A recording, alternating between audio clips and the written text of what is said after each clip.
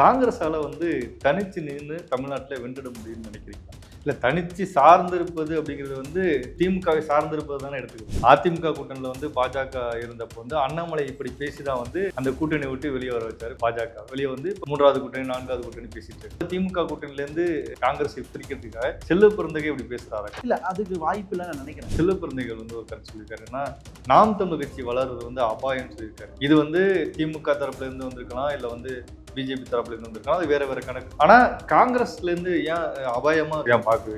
2011 தேர்தலில் காங்கிரஸ் ஒழிச்சு கட்டுவான்னு சொல்லி சீமானுக்கு கடுமையா பரப்புரை பண்ணாரு, பிரச்சாரம் பண்ணாரு. அது மீண்டும் சீமான் வளர்வு காங்கிரஸே இல்லாம பண்ணிடுவார்னு காங்கிரஸுக்கு பயமா? இல்ல அதாவது 2011 காங்கிரஸ் அழிச்சே தீர்வுன்னு அவர் பிரச்சாரம் பண்ணி நிறைய இடங்கள்ல தோற்கடிக்க வச்சாரு. கிட்டத்தட்ட 63 இடங்கள் இருந்ததுல 39 இடங்கள் தோற்று. நிறைய இடங்கள்ல சீமானோட பிரச்சாரம் தான் காங்கிரஸுக்கு பெரிய தலைவலியா இருக்கும். ஈழ பிரச்சனையிலேயே அதே மாதிரி காங்கிரஸ் நிலைப்படுமா? ஈழ பிரச்சனை என்பது சர்வதேச பிரச்சனை. முதல்ல அது இந்தியாவுக்கு உட்பட்ட பிரச்சனையாக இந்திய அரசு பார்ப்பதில்லை, காங்கிரஸோட பிரச்சனையா பார்க்க இல்ல அதுதான் சொல்றீங்க. அதே போல தமிழ்நாட்டுல தமிழ் தேசியம் பேசினா நீங்க காங்கிரஸ் ஏற்றுக்கிறதுக்கு தயாரா இருக்கீங்க. ஆமா, காங்கிரஸ்ல பேசினாலும் தயாரா இருக்கீங்க. ஆமா, தமிழ்நாட்டுக்கு முதல்வர் ஆகணும் அப்படின்னு தமிழ் தேசியம் பேசினா நீங்க ஆதரிக்கீங்க. காங்கிரஸ் ஒருபோதும் காங்கிரஸ் தமிழ் தேசியம் நிச்சயமாக எதிர்க்க கிடையாது. எப்படி சொன்னீங்க? 2026 காங்கிரஸோட கூட்டணி நிலைப்பாடு திமுகவிலே தொடரும்னு இப்ப பேச்சுல எடுத்துக்கலாமா? இல்ல வியூகங்கள் மாறதுக்கு வாய்ப்பு இருக்காது? விஜய் வராரு, கூட்டணி மாறதுக்கு வாய்ப்புகள் இருக்குங்க. இல்ல 90 விழுக்காடு வாய்ப்பு இருக்காது. ஏன் அப்படின்னா இப்போதைக்கு வாய்ப்பு இல்லை.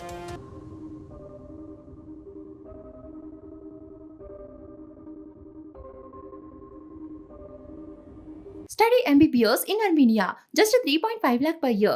Don't miss this admission closing soon. Contact AJ Penier International. லகரம்பாய் சுரவுகளுக்கு வணக்கம். இன்றைக்கு காங்கிரஸ் செய்தி தொடர்பாளர் இனியன் ராபர்ட் அவர்கள் சந்தித்து செல்வ பெருந்தகை கூட்டணி குறித்து சில விஷயங்கள் பேசியிருக்காரு. அது குறித்து பேச போகிறோம்.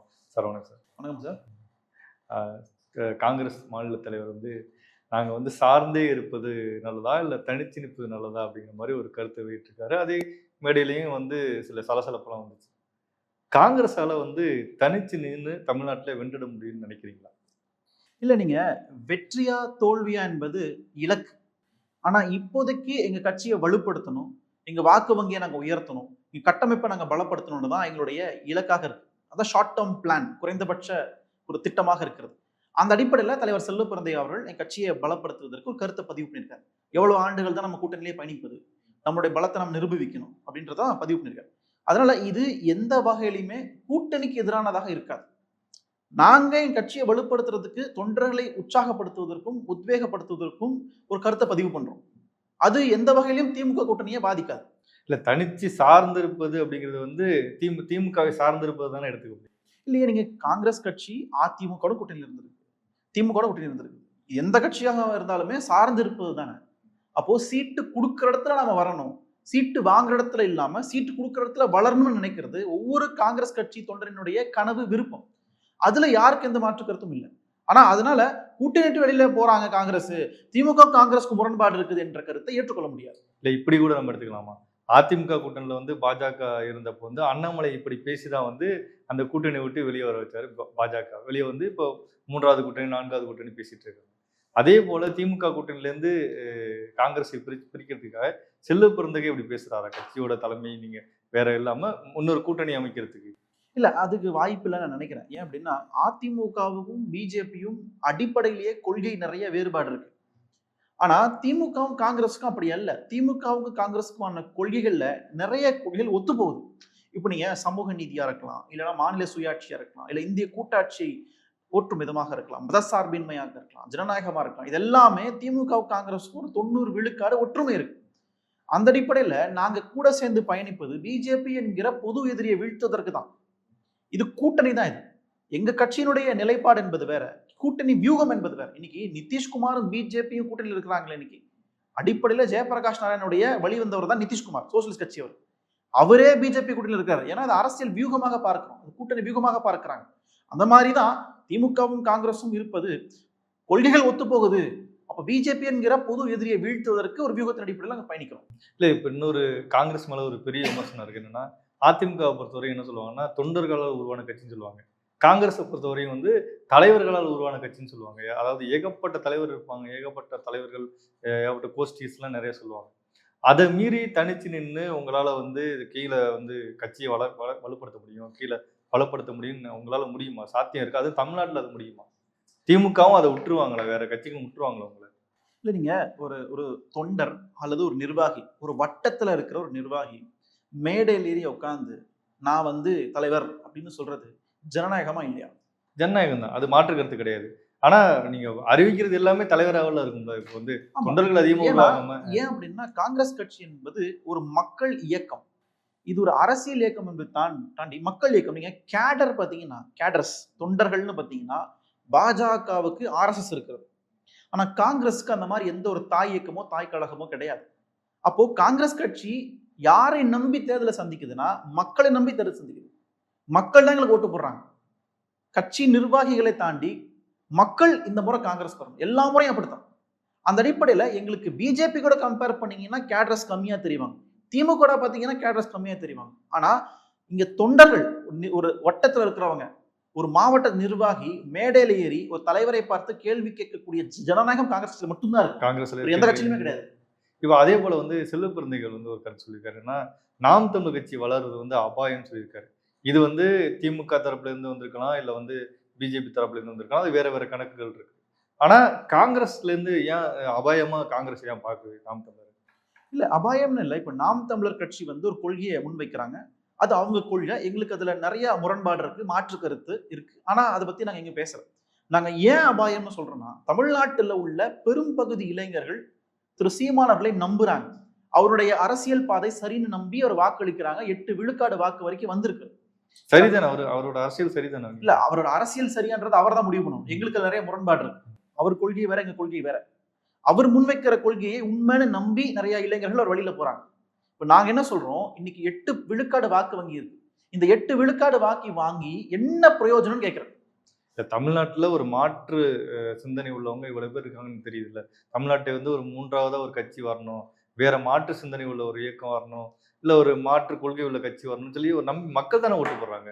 இல்ல அதுதான் சொல்றேன். நீங்க மாற்று வேணும்னு நினைக்கிறீங்க. ஆனா உங்க மாற்றுக்கான சிந்தனை தமிழ்நாட்டுல பாஜக வர்றதுக்கு வழிவகுக்குதுன்னு சொல்றாங்க. எப்படி சொல்றீங்க பாஜக? இப்ப நீங்க இந்த பக்கம் இந்தியா கூட்டணி உருவாகி இருக்கிறது. இந்தியா கூட்டணிக்கும் உங்களுக்கு கருத்து முரண்பாடு இருக்கலாம். எங்களுக்கும் விடுதலை சிறுத்தைகளுக்கும் ஈழ பிரச்சனையில முரண்பாடு இருக்கு. எங்களுக்கும் திமுகவுக்கும் முரண்பாடு இருக்கு. ஈழ பிரச்சனை 7 பேர் விடுதலையும் சரி. ஆனா நாங்க எங்களுக்குள்ள உள்ள சின்ன சின்ன முரண்பாடுகளை களைந்து பிஜேபி என்கிற பொது எதிரியை வீழ்த்துவதற்கு நாங்க ஒன்றா நிக்கிறோம்ல.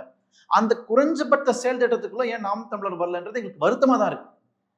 சரிங்களா? அப்போ நீங்க தமிழ்நாடு மக்களுக்காக யோசிக்கக்கூடியவங்க, தமிழர் உரிமைக்காக பேசக்கூடிய ஒரு இயக்கம் எங்க கூட நிக்கணும்ன்றதான் எங்களோட விருப்பமாக இருக்கு. அப்போ நீங்க எங்க கூட நிக்க மாட்டேங்கிறீங்கிறது வருத்தமா இருக்கு எங்களுக்கு. நீங்க தனியா நின்று செயல்படுறீங்க. இப்போ உங்களுக்கு போடுகின்ற வாக்கு, ஒவ்வொரு வாக்குமே சட்டமன்ற உறுப்பினராக மாறி இருக்கிறதா, நாடாளுமன்ற உறுப்பினராக மாறி இருக்கிறதா? அப்போ உங்களை நம்பி வாக்களித்த இத்தனை இளைஞர்களுடைய கனவு வீணா போயிருச்சுன்னு நான் சொல்றேன். அதான் கேள்வி கேட்கிறேன் நான். அப்போ உங்களால வெற்றி இது வரைக்கும் பல தேர்தல் நீங்க போட்டுட்டு இருக்கீங்க. நான் 2009 இருந்து நான் பாக்குறேன். நாம் தமிழர் கட்சி தீவிர அரசியல் செயல்படுறாங்க. ஆமா, 2011 இருந்து ஆரம்பிச்சு தேர்தலில் ஈடுபடுறாங்க. அப்போ 2011 இருந்து நீங்க தேர்தல் அரசியல் இருக்கீங்க. இத்தனை ஆண்டு காலத்துல எந்த மாதிரியான அரசியல் நீங்க இது பிரதித்துவத்தை உருவாக்கி இருக்கிறீங்கன்ற ஒரு பெரிய கேள்வி இருக்கு. இல்ல அவர் என்ன சொல்றாரு, நான் தனிச்சு நின்று வெற்றி பெறும் தான் அவரோட கூட்டணி கிடையாது, தனிச்சு நின்று தான் நான் வெற்றி பெறுவேன்னு சொல்லிட்டு அதை நோக்கி அவர் அந்த இலக்கு நோக்கி போயிட்டு இருக்காரு. ஆனா அது எப்படி காங்கிரஸுக்கு வந்து ஆபத்தாக முடியும்? காங்கிரஸுக்கு ஏன் பயப்படுறாங்கன்னு நான் நினைக்கிறேன்னா, 2011 தேர்தலில் வந்து காங்கிரஸை ஒழிச்சு கட்டுவோம்னு சொல்லி சீமான் கடுமையா பரப்புரை பண்ணார், பிரச்சாரம் பண்ணார். அது மீண்டும் சீமான் வளர்வு வந்து காங்கிரஸ் இல்லாம பண்ணிடுவார்னு காங்கிரஸுக்கு பயமா? இல்ல அதாவது பிஜேபி இந்தியாவை ஆளுகின்ற கட்சி, இந்தியாவை ஆண்ட கட்சி 10 ஆண்டுகள்ல. மோடி சொன்னாரு காங்கிரஸ் இல்லாத இந்தியான்னு சொன்னாரு. அவங்களாலே சீமானும் அப்படிதான் கட்சி ஆரம்பிச்சதே அப்படிதான் ஆரம்பிச்சாங்க. 2 பேரும் ஒரே குரல்ல பேசுறான்னு சொல்ல வரீங்களா? இல்ல ஈழ பிரச்சனையை முன்னிட்டு சொல்றேன். அவ்வளவு பெரிய பிஜேபியே எங்களை ஒன்றும் பண்ண முடியல. நாங்க இன்னைக்கு 102 சீட்ல உட்காந்துருக்கோம். வலுவான எதிர்கட்சியாக இந்தியா கூட்டணி அமர்கிறது. தமிழ்நாட்டுல நாம் தமிழ் கட்சின்னு அழிக்க முடியாது. நாங்க வலுவான தமிழ்நாட்டுல களத்துல. நீங்க யூடியூப்ல யாராவது வெளிநாட்டுல இருந்து ஓட்டு போடுவாங்க. இங்க எலெக்ஷன்ல இங்க ஓட்டு போட தான் ஜெயிக்க முடியும். யூடியூப்ல ஓட்டு ஜெயிக்க முடியாது. அந்த அடிப்படையில நாங்க எந்த இடத்துல அபாயம்னு பாக்குறோம்னா, இளைஞர்களினுடைய கனவு வீணா போகுதுன்னு சொல்றோம். உங்களால ஒரு எம்எல்ஏ வாங்க முடியல, ஒரு எம்பி வாங்க முடியல. அது வாங்காம நீங்க வாக்கு வாங்கி என்ன செய்ய போறீங்க அரசியல் களத்துல? பிஜேபி உள்ள வரதை தடுக்கிறதுல ஏன் எங்க கூட பயணிக்க முடியல அப்படின்றதான் எங்களுடைய சந்தேகமா கூட இருக்கு. இல்ல பிஜேபி எதிர்க்கிறது தான் பிரதான கொள்கையா வச்சுக்கிட்டு இருந்தாலும் அதுவே ஒரு பிரதான கொள்கை கிடையாது. இல்ல உங்களுக்கு தமிழ்நாட்டு வளர்ச்சியை நோக்கி தானே போகணும். தமிழ்நாட்டுக்கு யார் எதிரியா இருந்தா, தமிழர்களுக்கு யார் எதிரியா இருந்தா தானே பார்க்கணும். அந்த அடிப்படையில் தானே உங்க காங்கிரஸ் வந்து 2011ல காங்கிரஸ் அழிச்சே தீர்வுன்னு அவர் வந்து பிரச்சாரம் பண்ணி நிறைய இடங்கள்ல தோற்கடிக்க வச்சாரு. கிட்டத்தட்ட 63 இடங்கள் இருந்ததுல வந்து 59 இடங்கள் தோற்றுச்சுன்னு நினைக்கிறேன். சரி நினைவு ஞாபகம் இல்லை. ஆனா நிறைய இடங்கள்ல சீமானோட பிரச்சாரம் தான் வந்து காங்கிரஸுக்கு பெரிய தலைவலியா இருந்துச்சு. இல்ல அப்படிலாம் நாங்க பார்க்கல. நீங்க அன்னைக்கு கூடங்குளம் பிரச்சனை இருந்தது, அன்னைக்கு 2G ஸ்பெக்ட்ரம் இருந்தது, அன்னைக்கு நிலக்கரி ஊழல் குற்றச்சாட்டு இருந்தது. இது மாதிரி ஆதர்ஷ் ஊழல், இப்படி ஏகப்பட்ட ஊழல் குற்றச்சாட்டுகள் எங்க மேல அடுக்கி வச்சிருந்தாங்க. இன்னைக்கு எதுவுமே இல்ல, நிரூபணம் ஆயிடுச்சு, வேற விஷயம். அதனால அவரு வந்து ஒரு ஃபேக்டர் தான். பல ஃபேக்டர்ல இன்னைக்கு 2013 சட்டமன்ற தேர்தலில் 63 சீட்டு வாங்கி 5 தான் ஜெயிச்சோம். எந்த மாற்று கருத்து இல்லை. அதனால அவரால் தான் காங்கிரஸ் தோத்துது அப்படின்றத முழுமையாக ஏற்றுக்கொள்ள முடியாது. நாங்க அதுதான் பார்க்கணும். நாங்க வந்து ஒருபோதும் தமிழ் தேசியத்தை எதிராக பார்த்ததே இல்லை. காங்கிரஸ் பார்த்தது பார்க்கல. காங்கிரஸ்க்குள்ள தமிழ் தேசியம் பேசக்கூடிய அத்தனை உரிமைகளும் இருக்கு. இந்தியா என்பது பல தேசியங்களின் ஒன்றியம் என்பதை தலைவர் ராகுல் காந்தி பதிவு செய்திருக்கிறார். காங்கிரஸ் நிலைப்பாடு மாறிச்சுன்னு நினைக்கலாமா? நீங்க வந்து தமிழ் தேசிய இனங்களோட குரல்களை வந்து ஏத்துக்கிறீங்களா? இந்தியாவில் முதல் முறையாக மொழிவாரி மாநிலங்களை அமைத்ததே காங்கிரஸ் தான். அப்போ இந்தியாவில் இருக்கக்கூடிய ஒவ்வொரு தேசிய இனங்களுக்கும் அடையாளம் வேணும், அங்கீகாரம் வேணும் என்கிற அடிப்படையில் நேரு தலைமையிலான காங்கிரஸ் அரசு முடிவெடுத்தது. இங்க எங்க காங்கிரஸ் கட்சி, காங்கிரஸ் இயக்கம் தமிழ் தேசியத்துக்கு எதிராக இருக்கு.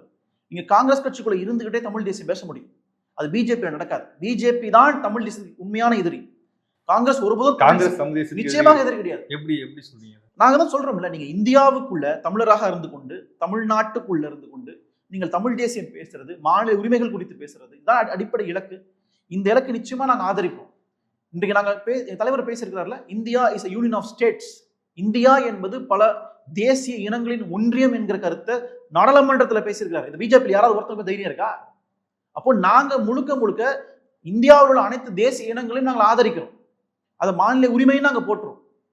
நீங்க பிரிவினைவாதம் பேசுனீங்கன்னா அது வேற பிரச்சனை, அது வேற டிபேட். அது ஆனா இந்தியாவுக்குள்ள இருந்துகிட்டு உங்க மாநில உரிமைகள் சார்ந்து எதோ பேசினாலுமே நான் பேச முடியும், நான் தமிழராக நான் பேச முடியும், எல்லாரும் பேசுவாங்க. ஆனா பிரிவினைவாதம் வேறு, மாநில உரிமைகள் வேறு என்ற புரிதலோட பேசணும்னு நினைக்கிறேன். ஈழ பிரச்சனையிலே அதே மாதிரி காங்கிரஸ் ஒரு நிலைப்பாடு மாறும். இல்ல, நீங்க ஈழ பிரச்சனை என்பது சர்வதேச பிரச்சனை. முதல்ல அது இந்தியாவுக்கு உட்பட்ட பிரச்சனையாக இந்திய அரசு பார்ப்பதில்லை. காங்கிரஸோட பிரச்சனையா பார்க்க இல்ல அதுதான் சொல்றீங்க. ஈழ பிரச்சனை என்பது இந்திய அரசு, இந்திய ஒன்றிய அரசு பார்வையில பார்க்கும் பொழுது, டெல்லியிலிருந்து பார்க்கும் பொழுது அது சர்வதேச பார்வையாக இருக்கிறது. சென்னையில இருந்து பாத்தீங்கன்னா அது நம் தொப்புள்குடி உறவுகளுடைய பிரச்சனையாக நம்ம பார்க்கிறோம். ஆனா டெல்லியிலிருந்து பார்க்கின்ற பார்வை வேறையாக இருக்கிறது. ஏன்னா எப்படி பார்த்தாலுமே இந்தியாவோட அதிகார மையமாக டெல்லி தான் இருக்கிறது. அங்க போயிருச்சு அதிகார மையம். அப்போ அந்த அதிகார மையத்திலிருந்து என்ன மாதிரியான பார்வை வருதோ அது தகுந்த மாதிரி தான் நம்ம டெல்லியோட அதிகார மையத்திலையும் காங்கிரஸ் இருந்திருக்குல்ல. ஆமா இருந்திருக்கு. நீங்க ஆமா நிச்சயமாக நீங்க 2009 ஈழப்போர் நடக்கும் பொழுது எங்க மேல வச்ச குற்றச்சாட்டு என்ன? நாங்கள் ஆயுதம் கொடுத்தோம்னு சொன்னாங்க. ரேடார் கொடுத்தோம்னு சொன்னாங்க. இலங்கைக்கு உதவி பண்ணீங்க. நாங்க இன்னைக்கு வரைக்கும் நாங்க கேட்கிறோம். இன்னைக்கு வரைக்கும் நான் கேட்கறது ஒண்ணுதான், ஆதாரம் இருந்து நிரூபிங்க. இந்திய அரசு, குறிப்பாக காங்கிரஸ் அரசு அன்னைக்கு இலங்கை அரசுக்கு ஆயுதம் கொடுத்ததாக ஒரு ஆதாரத்தை நீங்க நிரூபிங்கன்னு சொல்லி இலங்கையை சொல்லியிருக்காங்க. இலங்கையில பல அதிகாரிகள் சொல்லியிருக்காங்கல்ல. சரத் பொன்சேகால இருந்து நிறைய பேர் வந்து இந்தியா வந்து நிறைய உதவி பண்ணிச்சு சொல்லியிருக்காங்க. என்ன உதவி? இந்தியாவும் இலங்கையும் பல இல்லைன்னா போரே நடத்திக்க முடியாது சொல்லியிருக்காங்க. அது அரசியல், அந்த தேசிய அரசியல். இந்தியாவும் இலங்கையும் பல நாடுகள் கூட்டமைப்புல பங்கு இருக்கும். அது சார்க்கா இருக்கலாம் அல்லது G20 இருக்கலாம். பல நாடுகள்ல நாங்களும் இலங்கையும் இந்தியாவும் இலங்கையும் ஒரு பல விஷயத்துல இருக்கிறோம், கூட்டமைப்புல இருக்கிறோம். அதே அடிப்படையில சில எக்ஸ்சேஞ்ச் நடந்திருக்கு. அது வந்து அங்க கூட தமிழர்களை கொலை செய்வதற்கு கிடையவே கிடையாது. அது ஒருபோதும் காங்கிரஸ் ஆதரிக்காது. அப்போ அந்த அடிப்படையில எங்க மேல வச்ச குற்றச்சாட்டுக்கு நாங்க இன்னைக்கு வரைக்கும் அந்த பாவத்தை சுமக்கிறோம். நாங்க இன்னைக்கு வரைக்கும் அதனாலதான் பிஜேபி தமிழ்நாட்டில் வர முடிஞ்சது, அதனாலதான் பிஜேபி இந்தியாவில் வர முடிஞ்சது. எங்களுக்கு அந்த நேரத்துல பதில் சொல்றது கூட நேரம் கிடைக்கல எங்களுக்கு. அப்போ இன்றைக்கு நாங்க தெளிவான நிலைப்பாடு எடுக்கிறோம். அங்கு வாழக்கூடிய தமிழர்களுக்கு அனைத்து உரிமைகளையும் பெற்றுக் கொடுக்க வேண்டும் என்கிறதுல நாங்கள் முழு மனதோடு நிற்கிறோம். நாங்கள் தனி தேசியம் வேணுமா என்கிற குரலை இந்திய அரசு சொல்வது தயங்கும். ஏன்னா இது இந்திய அரசுடைய நிலைப்பாடு. இந்தியாவுக்கும் இலங்கைக்குமான நட்புணர்வு பாதிக்க கூடாது என்கிற ஒரு புரிதலோட பார்ப்பாங்க. சர்வதேச பிரச்சனையாவது பார்ப்பாங்க. அதே போல தமிழ்நாட்டுல வந்து தமிழ் தேசியம் பேசினா நீங்க காங்கிரஸ் வந்து ஏத்துக்கிறதுக்கு தயாரா இருக்கீங்க. காங்கிரஸ்ல வந்து பேசினாலும் தயாரா இருக்கீங்க. ஆமா, அதான் சொல்றேன். தமிழ் தேசியம் என்பது மாநில உரிமைகள் சார்ந்து பேசுனீங்கன்னா நிச்சயமா ஆதரிப்போம். நாங்க ஒன்னும் பிரச்சனையா இல்லை எங்களுக்கு. நீங்க கர்நாடகா காவேரி பிரச்சனை, தமிழ்நாட்டு முதல்வர் ஆகணும் அப்படிங்கிற மாதிரி எல்லாம் யாருக்கு இல்ல தமிழ்நாட்டுக்கு முதல்வர் ஆகணும் அப்படின்னு தமிழ் தேசியம் பேசினா நீங்க ஆதரிக்கிறீங்க? இல்ல நீங்க ஒரு தமிழர் தமிழ்நாட்டை ஆள வேண்டும் என்று சொன்னால் காங்கிரஸ் அதை வரவேற்கும். அதுல எந்த மாற்று கருத்தும் எனக்கு இல்லை. அதே மாதிரி கர்நாடகா காவிரி தமிழ்நாடு பிரச்சனை இல்ல, கர்நாடகா காங்கிரஸ் ஒரு முடிவை எடுக்கும்னா அது தமிழ்நாடு காங்கிரஸ் கடுமையாக எதிர்க்கும். ஏன்னா இந்தியா என்பது பல தேசியங்களின் ஒன்றியம் என்ற கருத்தை நாங்கள் ஆழமா நம்புறோம். இது தேசிய கட்சி அல்ல, காங்கிரஸ் என்பது தேசிய கட்சிகள் அல்ல, பல தேசியங்களின் கட்சி அது. அப்போ ஏன் காங்கிரஸ் தலைமை வந்து தலையிட மாட்டேங்குதுன்னு கேட்கிற கேள்வி ஒரு அறியாமல் கேட்கிற கேள்வி. கர்நாடகா காங்கிரஸ் தமிழ்நாட்டு மக்களுக்கு ஒரு அநீதியை இழக்கும் என்றால் நிச்சயமாக நம்ம கேள்வி கேட்போம். அது யாரா இருந்தாலும் பரவாயில்ல, அது முதலமைச்சராக இருந்தாலும் பரவாயில்ல, துணை முதல்வராக பரவாயில்ல. ஏன்னா தமிழ்நாடு மக்களின் உரிமைகளை பெற்றுத்தர வேண்டிய பொறுப்பு தமிழ்நாடு காங்கிரஸுக்கு இருக்கு. ஏன்னா இங்க ஒவ்வொரு மாநில கமிட்டிகளுக்கும் உரிமை கொடுக்கப்பட்டிருக்கின்றது. நீங்க கர்நாடகாவை கேள்வி கேட்டீங்கன்னா ஒருபோதும் தலைவர் ராகுல் காந்தி வந்து ஏன் கர்நாடகா திட்டுறீங்கன்னு கேட்க மாட்டாரு, சோனியா காந்தி கேட்க மாட்டாங்க, நீ திட்டுன்னு தான் சொல்லுவாங்க. அது அப்போ நீதி பெற்று தர வேண்டிய பொறுப்பு நீதிமன்றத்துக்கு இருக்கு, காங்கிரஸுக்கு கிடையாது. காங்கிரஸ் ஆஃப்டர் அரசியல் கட்சி தான் அது. இன்னைக்கு நீங்க பாருங்க, பிஜேபி நீ அரசுல இருக்கு. இன்னைக்கு ஒன்றிய அரசினுடைய இந்த நீர்வளத்துறை அமைச்சராக ஒரு கர்நாடகா சார்ந்தவரை போடுறாங்க. இது எவ்வளவு பெரிய ஐயோக்கத்தினர். ஒரு காலமும் காங்கிரஸ் அது பண்ணது கிடையாது. அப்போ கர்நாடகாவுக்கும் தமிழ்நாட்டுக்கும் நதிநீர் பிரச்சனை இருக்குன்னு தெரிஞ்சு ஒரு கர்நாடகாவை சார்ந்த ஒரு கன்னடிகாவை நீங்க வந்து நீர்வளத்துறை அமைச்சராக அமைப்பது என்பது எவ்வளவு பெரிய ஐயோக்கத்தினர். அப்ப அந்த அமைச்சர் நடுநிலையாக செயல்படுவார் என்ன உத்தரவாதம் இருக்கு உங்களுக்கு? அப்போ இதெல்லாம் தான் பிஜேபியினுடைய பார்வையாக இருக்கிறது. என்னைக்காவது காங்கிரஸ் அரசுல என்னைக்காவது ஒருவர் அப்படி இருந்திருக்காரா? நீங்க அப்படியெல்லாம் போட மாட்டீங்கன்னு நீங்க சொல்றீங்களா? நீங்க அது மாதிரி ஒரு காலம் போட்டது கிடையாது. அது வந்து அது போடவே கூடாது, அது மரபுலேது கிடையாது. எவ்வளவு பெரிய துரோகம் அது.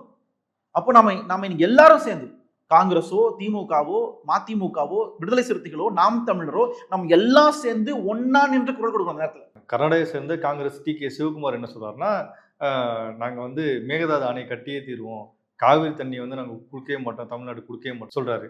இப்ப அவரையும் காங்கிரஸ் கட்சிக்குள்ள வச்சிருக்கீங்க. நீங்க வந்து தண்ணி எங்களுக்கு வேணும்னு சொல்லிட்டு நீங்களும் காங்கிரஸ்லாம் இருக்கீங்க.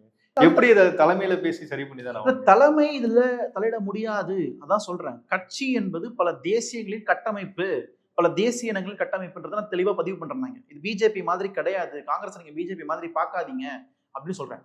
நான் சொல்றேன் டி.கே. சிவகுமார்ட்ட நீங்க முடிஞ்ச கட்டி பாருங்க சொல்றேன்.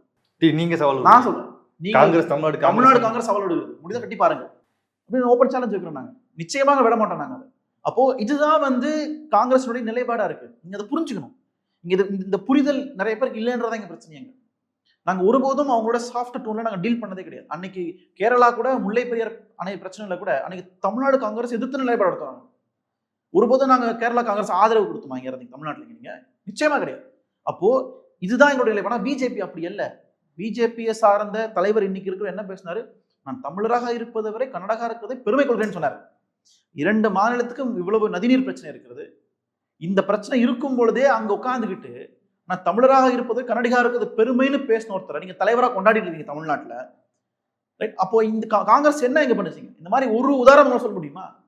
இப்ப அதே போல இறுதி கேள்வி கேட்கிறேன். 2026ல காங்கிரஸோட கூட்டணி நிலைப்பாடு திமுகவிலே தொடரும்னு இப்ப பேச்சுல எடுத்துக்கலாமா, இல்ல வியூகங்கள் மாறதுக்கு வாய்ப்பு இருக்காது? விஜய் வராரு, அதிமுகவும் கூட்டணியில் இணைக்கிறதுக்கு நிறைய வியூகங்கள்லாம் நினைக்கிறாங்க. கூட்டணி மாறதுக்கு வாய்ப்புகள் இருக்குன்னு நினைக்கிறீங்களா? இல்ல, 90 விழுக்காடு வாய்ப்பு இருக்காது. ஏன் அப்படின்னா இப்போதைக்கு வாய்ப்பு இல்லை. ஏன்னா அது ஒரு கொள்கை கூட்டணி. அது அடிப்படையிலேயே பிஜேபி எதிர்ப்பு என்கிற ஒரு புள்ளியில காங்கிரஸும் திமுகவும் ஒன்றா பயணிக்கிறோம். அதனால இன்றைக்கு இருக்கின்ற சூழ்நிலை 2026ல கூட கூட்டணி மாறுவதற்கான வாய்ப்பு இல்லை. ஏன்னா அதிமுகவை நம்பக்கூடிய சூழ்நிலை இன்னும் வளரல. அதிமுகவை நம்பி களத்துல இறங்க முடியுமா அப்படின்னு நிச்சயமா அது ஸ்கோப். விஜய் வராருல, விஜய்க்கு என்ன வாக்கு இருக்குன்னே தெரியல. அவர் என்ன அரசியல் பேச போறாரு, அவர் என்ன கொள்கையை முன் வச்சு வராரு, யார் எந்த தலைவரை பின்பற்ற போகிறார், எந்த தெளிவுமே இல்லை. அதனால இப்பவே ஒரு மண் குதிரையில் நாங்க வந்து இறங்குறதுக்கு தயாரா. ஆனா இங்க திமுகவும் காங்கிரஸும் நல்ல நட்பு சக்திகளாக இருக்கிறோம். அதன் அடிப்படையில் லாங் டேர்ம்ல நிச்சயமாக பயணிக்க முடியும் நம்பிக்கை எங்களுக்கு இருக்கு. 2வது, இது இந்தியா கூட்டணியை நீங்க பார்க்கணும். இந்தியா முழுக்க கூட்டணி கட்டமைக்கப்பட்டிருக்கு, தமிழ்நாடு பிரச்சனை மட்டும் அல்ல. அப்போ அது அடிப்படையில் நாங்க சேர்ந்துதான் பயணிக்க வேண்டிய தேவையும் இருக்கிறது. அது நாட்டுக்கு நல்லா இருக்குன்னு நினைக்கிறேன். இவ்வளவு நேரம் உங்க நேரத்துக்கு எங்களுக்காக சில டைம் நன்றி சார்.